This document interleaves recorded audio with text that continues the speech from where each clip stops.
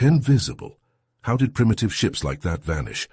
Admiral Lyra snarled, hurling her command datapad at the viewscreen as the human fleet shimmered out of existence before her eyes. Her flagship's bridge fell silent. Rizian officers gaped at the starfield, which moments ago showed a ragtag group of decrepit human vessels, now only empty void. Lyra's hands balled into fists, razor claws digging into blue scaly palms. "Find them, destroy them." She whirled on the nearest communications officer. "Alert the invasion fleet, put every colony and outpost on high alert. Quadruple patrols along our supply routes. I want those humans located and annihilated." As the bridge erupted into frenzied activity, Lyra dropped into the command chair, glowering at the stars. For months, those paltry ships harried Rizian transports and ambushed scouting parties, delaying the Empire's glorious expansion. Stealth capability should be impossible for such primitive craft. She opened a channel to engineering. "Zlothak, status report on our cloak detection algorithms, and I need weapons recalibrated to track targets through interference immediately." The chief engineer saluted. "At once, Admiral, though such upgrades will take time." Lyra cut the link. Across the galaxy, reports flooded in of human ships vanishing near Rizian targets. An invasion fleet, headed for a human colony, reported the population center shielded. Outposts went dark, supply lines severed. She slammed an armrest. Damn those humans and their last-minute tricks. This was no technological breakthrough, but pure, desperate audacity. A final gambit before the Rizian war machine swept them away. "Admiral, we lost contact with the Frontier Flotilla," an officer called out. "Last transmission mentioned unknown vessels, shimmering." Lyra closed her eyes. Light years away from the shattered Rizian outposts, Jerry huddled with his officers on the bridge of their flagship, safely hidden behind a dull grey moon. The flickering lights barely illuminated their tense faces as they pored over star charts and tactical displays. "We bought ourselves some time with that cloaking device, but it won't last," Jerry said, running a hand through his short-cropped hair. "The Rizians will recalibrate their sensors soon enough. Marcus, what have you got for me?"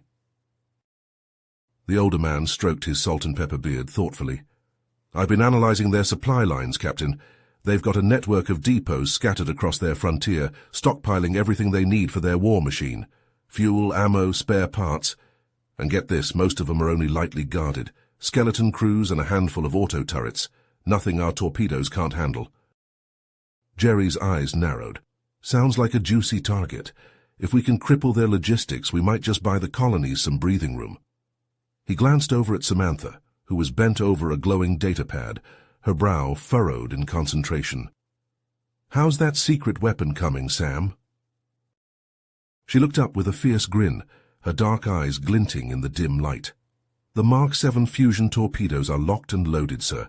I've tweaked the yield for maximum damage.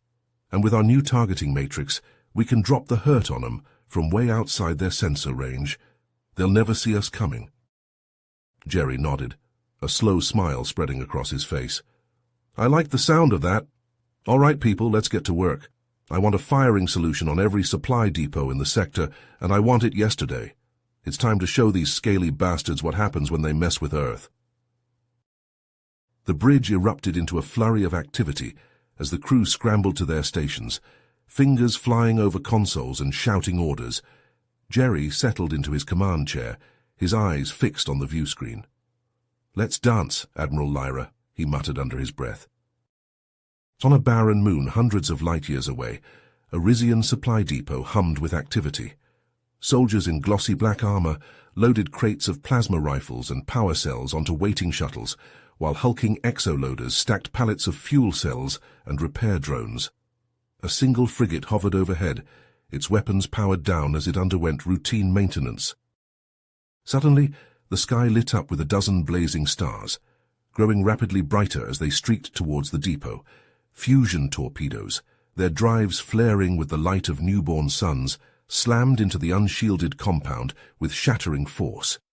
The ground heaved and buckled as explosions ripped through the crates of ordnance, setting off chain reactions that tore through the rows of stacked supplies.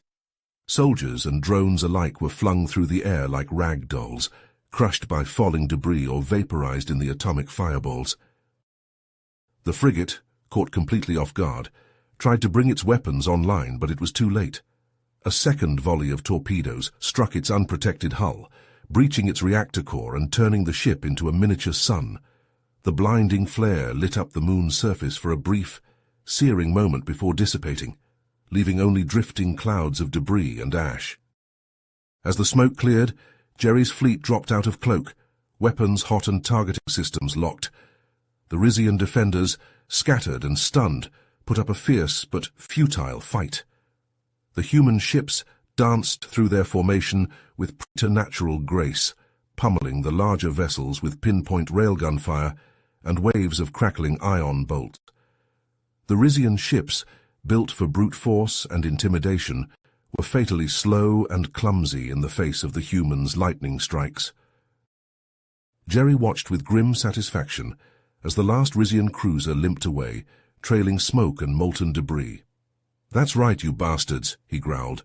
"Run home to your admiral and tell her what happened here. Tell her the humans are through being pushed around. We're taking the fight to you now."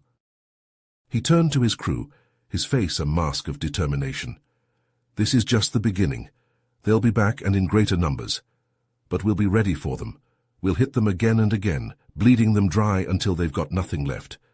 This is our galaxy, and we're not giving it up without a fight."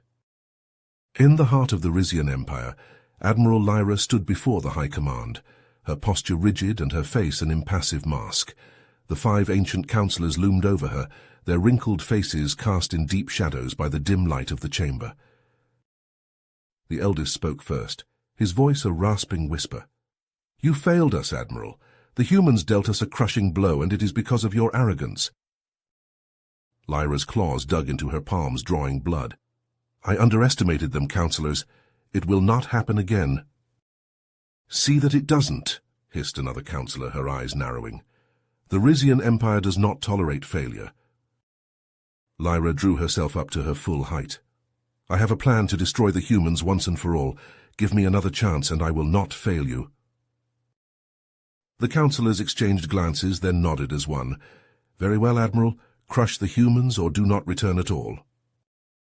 Lyra saluted, then turned on her heel and strode from the chamber, her mind already racing with plans for vengeance.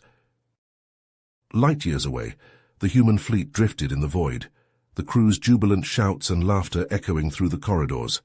In the mess hall, Jerry and his officers clinked glasses of synthahol, their faces flushed with victory.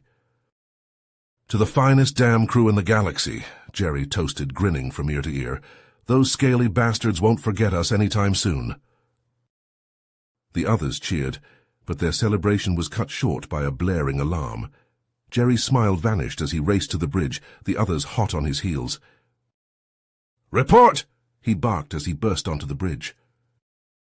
The comms officer, a young man with fear in his eyes, looked up from his console. "Distress call from Horizon Base, sir. They're under attack by Rizian forces. Came out of nowhere." Jerry's face hardened. "Lyra," he growled. "She's not wasting any time." He turned to the helm. "Set a course for Horizon Base, maximum speed. We're not losing another colony to those bastards." The fleet leaped into hyperspace, stars blurring into streaks of light. They emerged above Horizon Base to find a scene of utter devastation. The colony's buildings lay in ruins, flames licking at the shattered remnants. Rizian ground troops, clad in glossy black armor and armed with plasma rifles, moved methodically through the rubble, executing any survivors they found. Jerry's jaw clenched. "All Marines, prepare for ground assault. We're going in hot." The dropships plummeted through the atmosphere, their hulls glowing with the heat of re-entry. They hit the ground with bone-jarring force, hatches slamming open to disgorge heavily armed Marines. Jerry was the first out, his rifle spitting plasma bolts as he charged towards the nearest Rizian squad. The battle was brutal and chaotic, the humans and Rizians locked in desperate close-quarters combat amidst the ruins. Jerry fought like a man possessed, his rifle blazing as he cut down Rizian after Rizian, but for everyone he killed, 2 more seemed to take their place. Suddenly a plasma bolt sizzled past his ear. and he whirled to see a familiar figure striding through the smoke. Admiral Lyra, her armor gleaming and her eyes blazing with hatred. "You," Jerry snarled, raising his rifle. Lyra laughed, a cold, cruel sound. "Did you really think you could defy the might of the Rizian Empire, human?" She lunged forward, her cybernetic fist slamming into Jerry's chest plate with crushing force. Jerry staggered back, his armor sparking and his ribs screaming in pain. He ducked under Lyra's next blow and drove his own fist into her midsection, but her armor absorbed the impact like it was nothing. They traded blows back and forth, their armor shattering and their bodies battered and bloody. But despite Jerry's skill and strength, Lyra's cybernetic enhancements gave her the edge. A vicious uppercut sent Jerry flying, his rifle clattering to the ground. Lyra stood over him, triumph gleaming in her eyes. She raised her plasma rifle, aiming it at Jerry's head. "Any last words, human?" Jerry spat blood, glaring up at her with defiance. But before Lyra could pull the trigger, the ground shook with a massive explosion. Lyra staggered, her shot going wide as she fought to keep her balance. Through the smoke and debris, a hulking shape emerged. A heavily armed assault mech, its armor scarred and pitted, but its weapons gleaming. And in the cockpit, a grim-faced Marcus, his eyes hard as flint. "Get away from him, you bitch," Marcus growled, his voice booming from the mech's external speakers. Lyra snarled, raising her rifle, but Marcus was faster. A barrage of rockets leaped from the mech's shoulder-mounted launcher, slamming into the ground around Lyra and sending her flying. She crashed to the ground in a heap, her armor smoking and sparking. All around them the tide of battle was turning. The human reinforcements surged forward, their weapons blazing as they drove the Rizians back. Lyra staggered to her feet, her face twisted with rage and pain. "This isn't over, human," she hissed, limping towards her shuttle. "I will destroy you and your pathetic species no matter the cost." Marcus's mech stomped over to Jerry, extending a massive hand. Jerry grasped it, hauling himself to his feet with a groan. "Are you okay, Captain?" Marcus asked, concern in his voice. Jerry nodded, wincing as he clutched his ribs. "I'll live, thanks for the save." Marcus chuckled darkly. "Any time, but this is far from over. They'll be back and with greater numbers." Jerry's face hardened, his eyes blazing with determination. "Then we better be ready, because if we fail, humanity's days are numbered." In the cramped confines of the battered flagship, Jerry and his crew huddled around the flickering holotable, their faces etched with exhaustion and grim determination. The battle for Horizon Base had taken a heavy toll, both in lives and equipment, but they knew there was no time to rest. The Rizians would regroup and come at them again, harder and more ruthless than ever. "We need a game-changer," Jerry said, his voice rough with fatigue. "Something to turn the tide, give us a fighting chance." Samantha leaned forward, her dark eyes glinting in the dim light. "I think I've got something." She tapped a sequence on the holotable, bringing up a rotating schematic of a Rizian warship. "I've been analyzing the data we captured from their ships. Look here." She zoomed in on a pulsing node deep within the vessel's superstructure. "That's their shield generator. If we can hit it with a focused EMP blast, it should overload their defenses, leave them wide open." Jerry nodded slowly, a flicker of hope kindling in his chest. "That could work, but we'd have to get in close and their sensors would pick us up long before we were in range." Samantha's lips curved in a fierce grin. "Not if we modify the cloaking device. I can rig it to mask our energy signature too. They'll never see us coming." The plan took shape quickly. A desperate gamble born of equal parts desperation and audacity. The fleet's engineers worked feverishly, retrofitting the ships with the modified cloaking devices and jury-rigged EMP cannons. They struck out into the void, hunters in the dark, seeking their prey. The Rizians fell before them like wheat before the scythe. The human ships would appear out of nowhere, a volley of EMP blasts crippling their shields before they could react. Pulse cannons and fusion torpedoes would follow, tearing through the exposed hulls in a storm of fire and debris. By the time reinforcements arrived, the humans were gone, vanished into the cloak of stars. But Lyra was no fool. She learned from every encounter, every ambush. Her brilliant mind dissecting the humans' tactics and devising countermeasures, she became increasingly erratic, lashing out at civilian targets, hoping to draw Jerry into a trap. Colonies burned, innocent lives snuffed out in the cold of space as the conflict spiraled into a war of attrition. Desperation bred recklessness, and recklessness led them here to the edge of a black hole, the maw of oblivion yawning before them. The Rizian fleet hung in space, a wall of metal and malice, their ships bristling with weaponry. At their center, Lyra's flagship loomed, a predator among predators. Jerry stared at the tactical display, his knuckles white on the edge of the console. The Rizians had played their hand well, luring them in with feigned retreat and hidden reserves. Now they were trapped, caught between the enemy fleet and the inexorable pull of the black hole. "Sir, the Rizians are activating some kind of gravity well generator," the sensor officer reported, her voice tight with fear. It's pulling us in. We can't break free." Jerry felt a cold hand clutch at his heart. This was it then. The end of the line. The Rizians had outsmarted them, outplayed them, and now they would pay the price. But even as despair threatened to engulf him, a spark of defiance flared in his chest. "No, not like this. Not without a fight." "We have one chance," he said, his voice steady with resolve. "We need to take out that generator, or we're all dead." He turned to Samantha, his eyes locking with hers. "Can you modify our cloak to resist the gravity well?" For a heartbeat she hesitated, the enormity of the task settling on her shoulders. Then she nodded, her jaw set. "I can try." It was a suicide run, a last desperate charge into the teeth of the enemy. As the rest of the fleet struggled against the inexorable pull of the gravity well, Jerry's ship, cloaked and shielded, slipped through the Rizian lines, weaving through the web of fire and death. But Lyra was waiting for them. As they drew near, her flagship's weapons roared to life, a storm of plasma and particles that hammered at their shields, tore through their armor. Alarms screamed, consoles erupted in showers of sparks, but Jerry held his course, his eyes locked on the pulsing heart of the gravity well generator. "Hold steady," he shouted over the chaos, his voice a rallying cry. "Just a few more seconds."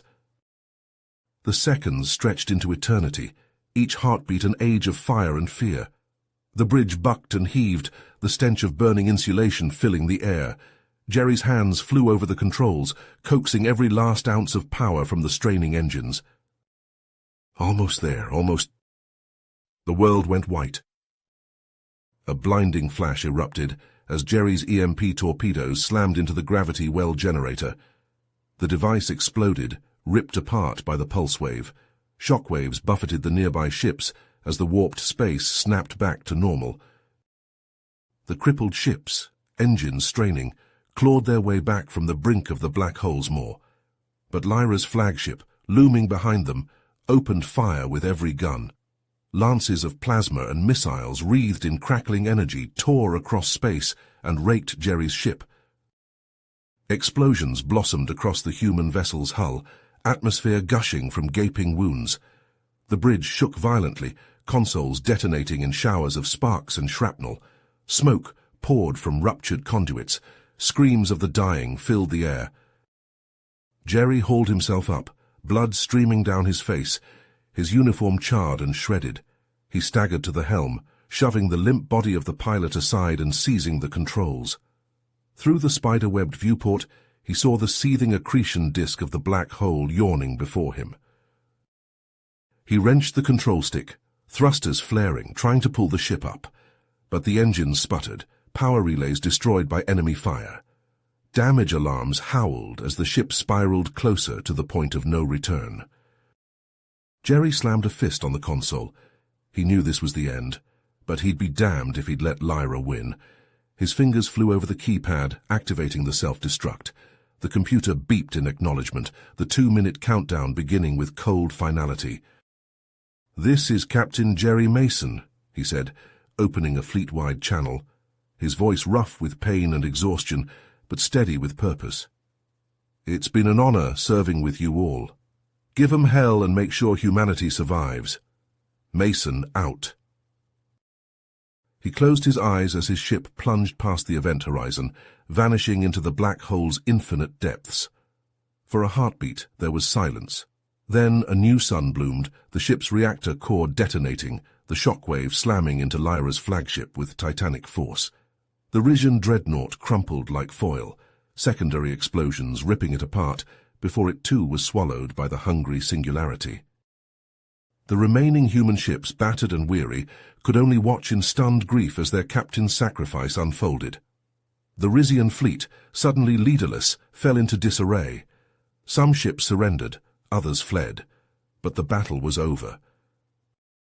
The human ships limped home, their hulls pitted by weapons fire and scorched by the heat of atmospheric re-entry. They settled into orbit around Earth like a flock of wounded birds, the blue-green world a balm to their weary eyes. News of the victory spread like wildfire. Crowds thronged the streets, cheering and weeping in equal measure. The crew were hailed as heroes, their names etched into history. But the celebration was tempered by loss. Jerry Mason, the man who had led them to triumph, was gone, consigned to the realm of legends. The Risian Empire, its spine broken by this crushing defeat, sued for peace. A new era dawned, one where humanity would no longer be prey, but equals on the galactic stage. It was an era bought with blood and fire and noble sacrifice. As the fleet licked its wounds, a new captain took command of Jerry's ship. The vessel rechristened Mason, in eternal tribute to its valiant commander. The crew gathered in the hangar bay, standing in neat rows, their faces somber beneath the harsh lights. "We've lost a great man, a true hero," the captain said, his voice rough with unshed tears. "But we can't let his sacrifice be in vain. We'll carry on his legacy, defending humanity and exploring the stars, because that's what Jerry would have wanted." The crew, tears glistening on their cheeks, saluted as one. The war was over, but the struggle was just beginning. In the black gulf between the stars, new dangers stirred, ancient feuds and fresh rivalries waiting to be born. Humanity had won its place in the cosmos, but holding it would be the fight of a lifetime. You have reached the end of the story. If you enjoyed this story and want to support us, please leave a like and subscribe to our channel, and for every comment that says 88, I will heart every single one of them. Thank you for your time.